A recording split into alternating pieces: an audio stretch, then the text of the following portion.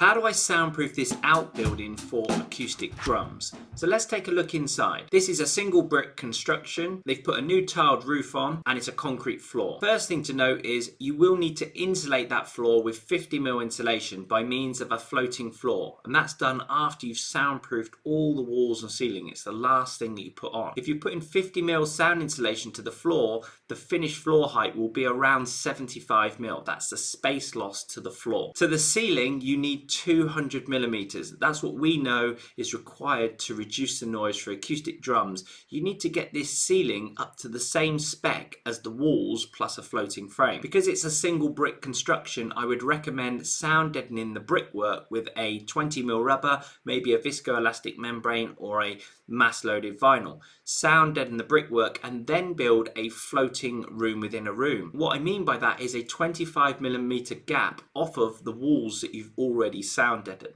So then your frame, isolated from the floor, isolated from the brickwork, which is sound deadened, and then isolated from the ceiling too.